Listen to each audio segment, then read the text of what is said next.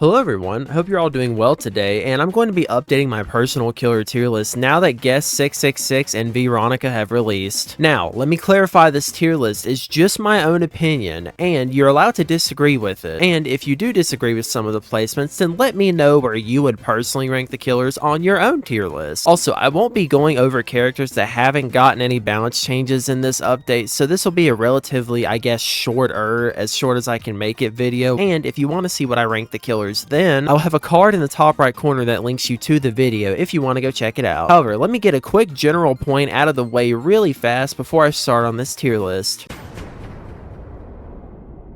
Now, as stated earlier, a lot of killers didn't really get any balance updates with the Strangers from the Past update, and I won't be moving them around on the general tier list. However, the new survivor Veeronica has thrown a big old discussion balance wrench into the Forsaken community, and she's a hot topic for discussion considering, well, she's new and a lot of players don't really know how to counter her yet. And depending on the own player's skill as Veeronica, it can make her easier or harder to deal with, as well as the map she's on, and if she places her graffiti well, then she can truly be troublesome if you try to chase her. So, for those reasonings, I wanted to take a bit of a segment to talk about how she sort of directly nerfs certain killers, and like I said, I won't move the killers around on the general tier list because you won't always have a Veeronica in your lobby, and this is just a sort of what if there's a skilled V in my lobby sort of scenario. She sort of nerfs any killer that's not Sixer, as she has this little thing called jumping and tricking, and a lot of killers cannot do anything about you flying above them like Tony Hawk, and unless the killers can predict your timing and where you'll land, then they can't really do much to you unless you're on the ground. And in certain cases, mainly John Doe's case, where she can easily escape a trapped in segment if she conveniently has graffiti placed there that can make John go from feeling like an A tier killer to a C or lower killer. There are certain maps where Veeronica can pretty much just stay in the air the entire time if she's tricking, and what are the killers who aren't Sixer realistically supposed to do about that? Because if V makes it all the way across the map with her tricks and you have to run to catch up, who's to say she won't have another graffiti placed down where she looped to, which more than likely she will, just to get away from you again and repeat the whole process. Now, this is where I pull out my 10 years of Dead by Daylight thinking cap and give you a bit of advice from an experienced asim veteran who's still washed at most asymmetricals, by the way. If there is a skilled Veeronica in your lobby, she needs to get tunneled out. And yes, that's a super boring way of thinking, and realistically that's a super annoying way to play the game as well. Denying someone the ability to play the game just because of the character they chose is not fun, but you also want to win and have fun in your own game, and if you give V setup time, then she can easily just play keep away from you until the timer runs out. Destroy her graffiti whenever you see it, as if you can keep up on her the entire time and just make sure to destroy the graffiti when she uses it, then she won't have time to set up anymore, and it'll make her an easier target who has to stay grounded. Her self-heal is also super annoying, and you need to make sure you keep constant pressure on her so that even if she does use it, a quick crack on the head will stop the self-heal and you can follow up with a barrage of attacks. If you don't like to tunnel or focus people out, then that's completely fine, but just keep in mind that good killers will usually focus out the high priority targets first, and Veeronica has already solidified herself as a top candidate for tunneling, so leaving her alive might just cost you a game or two if you don't want to tunnel. So actually, at the time of me editing this video, V actually got a few nerfs, and killers got a few more changes, so I guess it's time to throw this script out the window and go back to the drawing board. Actually, instead of me rewriting this whole script, I'm just going to flash the changes up on the screen and go over them real fast and explain how this might have changed what I wrote. So, quickly glancing over these changes, because I want to actually move on to the killers in a killer video, she sees nerfs to her self-healing and her vandalism, as now the self-heal has a longer cooldown and you start with less battery. Meanwhile, for vandalism, your graffiti has its health reduced to 5 and it now destroys adjacent graffiti when destroyed, so that's a pretty big nerf, honestly. But the skate mode, however, only saw a few minor changes, such as phase no longer stacking onto the on-hit speed boost, oh thank the lord, and mainly just the number value tweaks across the board. So, does that really change much about her?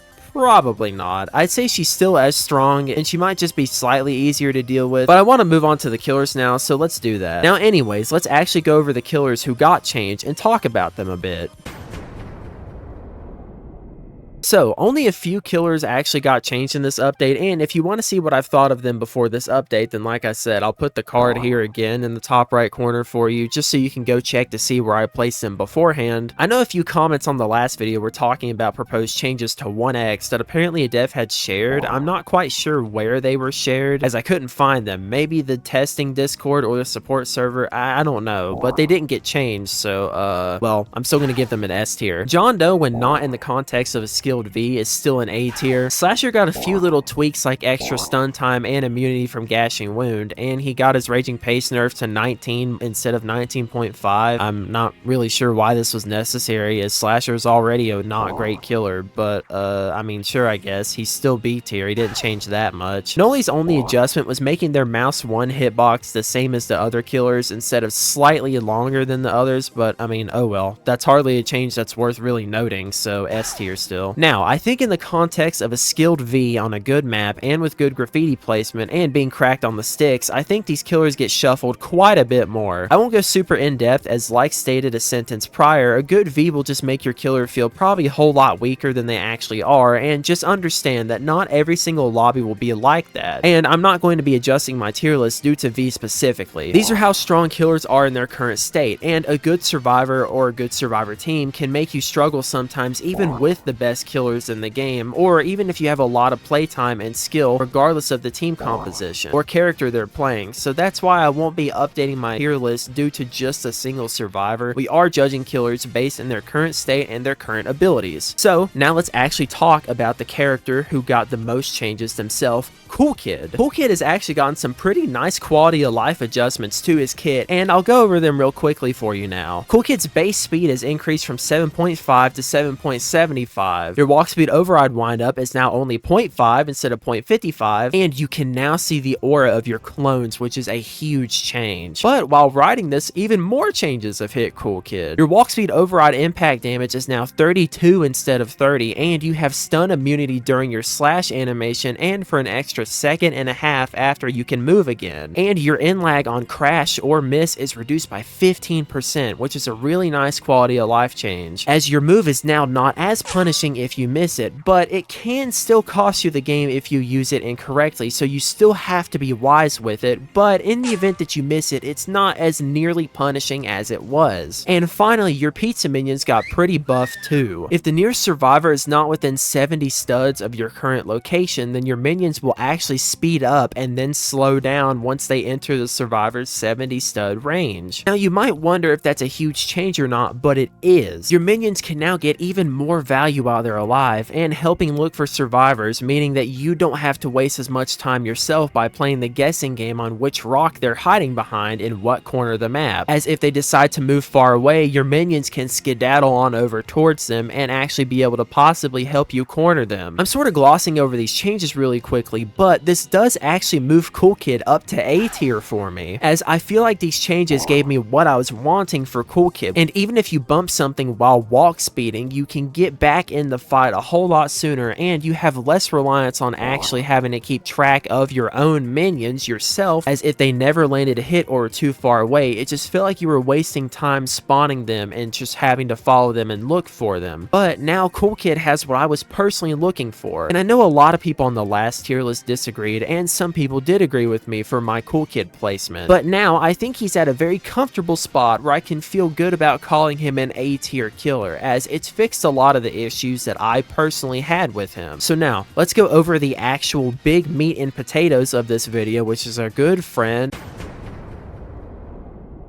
Now, Sixer is probably the most fun I've had on Killer in a really long time. The other killers are fun, but their kits are also super well known, and if you know how to counter them, it's really easy to do so. Sixer has just felt like a nice breath of fresh air, and they don't feel like any killer we've had until now. But I've also covered Guess abilities already in a separate video, and if you want to check it out, I'll link it here again in the top right corner. But I'll also do a quick once over of them and go over the nerfs that they received at the time of rewriting this part of my script. Sixer's primary attack has a lunge, and if you hold your primary attack down, you'll start to lunge. You have a sonar screech attack that forces survivors to look at you and you see their location, and it goes through walls, and it also gives you a speed boost. You have a pounce that you can hold down, as well as moving the camera upwards to leap towards the direction of your camera, and you have an aura read ability that allows you to see all survivors. Now you also have a secondary part of your kit where when you collect enough blood from using your abilities, you unlock a new mode called Blood Hunt. Blood Hunt activates when you have enough blood, and your icon for your aura ability in the bottom right corner turns red, and the next time you use it, Blood Hunt will activate. Blood Hunt slows the timer down and amplifies all of your abilities, as well as making you stealthier and giving you aura read every few seconds. Getting a kill in this mode will extend the timer, and the game cannot end while Blood Hunt is active. You want to stay in this mode as much as you possibly can while playing this killer because of the buffs I mentioned a second ago, meaning you need to lock in and kill as many survivors as you can to keep extending your timer. Sixer is a true nightmare at close range, and a few attacks can knock your health down to 0 if you don't know how to deal with them, and a few of Sixer's attacks, depending on if they're in Blood Hunt, can give them speed boosts to catch up to you, or even strength during Blood Hunt, meaning they can kill you even quicker. The undetectable status is useless in Blood Hunt, and they can still see you, and they cannot be stunned during Blood Hunt, so if you're getting chased when Blood Hunt starts, you might as well be good as dead sometimes. There's a lot more intricacies to Sixer's kit that I'm doing a massive disservice to, but I assume you've played against this killer and you understand how truly oppressive they can be in chase, and I want to take a moment to go over some of the ways that you might be able to counter and loop Sixer a bit more efficiently. Sixer, in case it wasn't obvious, is the largest killer in Forsaken, and they have the largest terror radius in the game as well. Using this to your benefit, if you hear them coming, be prepared to book it to a short loop. Why short loop, you might ask? Well, Sixer is huge, and they have a hard time hitting around corners due to their size, and they can possibly get stuck on a corner when trying to swing. Short corners also negate Sixer's ability to pounce on you, and taking a corner sharp enough just might be able to save you from Sixer's eviscerate lunge as well. However, if you get hit with Infernal Cry, then they can probably just catch up to you since it gives some speed, so keep that in mind. Sentinels are also Sixer's biggest counter when not in Blood Hunt, as Sixer is immune to stuns during Blood Hunt, so in Blood Hunt they're not as powerful as they are outside of it, but Sentinels, especially Guest, can stall and deal with Sixer or the teammates outside of Blood Hunt. Guest gets a special mention here, as due to the windup and size of Sixer themselves, their attacks can be pretty easy to read sometimes, and Guest can block and follow with a punch. Sixer's other biggest weakness is distance, and realistically they can deal with this a whole lot easier than other killers due to their pounce being a great traversal move, but keeping your distance, especially during Blood Hunt, is crucial, as they can't do anything to you if they're not point blank with you, so keeping your distance and hugging short loops is really the best way to counter them, and also hoping your teammates will actually help stall while Sixer is outside of Blood Hunt, and actually being able to last more than 2 seconds in chase is also another thing you kind of have to rely on. Sixer is a really strong killer, and a lot of people cry the overpowered wolf, and I won't lie, when I first played against and as Sixer myself, I thought they were OP too, but due to the few nerfs and actually playing against them more, I don't think they're overpowered, but I do think that they are still strong, incredibly strong even, and probably the strongest killer in the game in its current state, as I feel like Sixer kinda has an answer to everything that the survivors do. They are also the only killer that doesn't really have a lot of ways to counter them compared to the other killers, and it feels like the only way to really counter them is looping on short loops and hope that you and your teammates can maintain a safe enough distance and survive long enough for the round to end. However, Sixer is not unbeatable, and with a good coordinated team, which is a rarity in Forsaken, and with good looping skills and map positioning, it is possible to beat Sixer, but I do still think it is a struggle sometimes to beat them, even if you have all of that at your disposal. I'm not really sure how you change Sixer realistically, as their kit seems kinda hard to balance due to how good it is, but you also don't want to nerf them so bad that no one wants to play them either. So I don't even know if I want to throw my hat in the ring and propose a balance change, so if you yourself have any ideas for nerfing Sixer, then leave a comment below. And in case it wasn't obvious already, Sixer's getting an S tier, and it's not hard to understand why. So let's wrap this video up and review the changes I made to the tier list.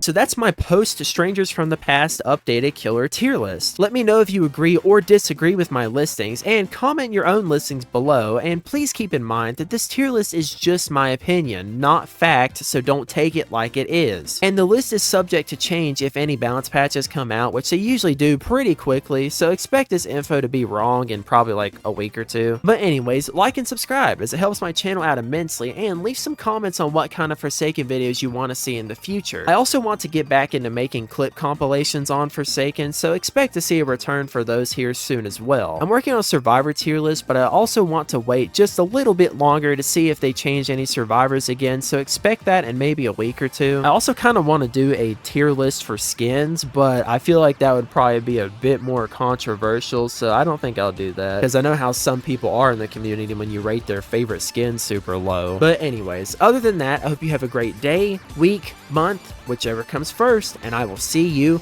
next time. Peace out.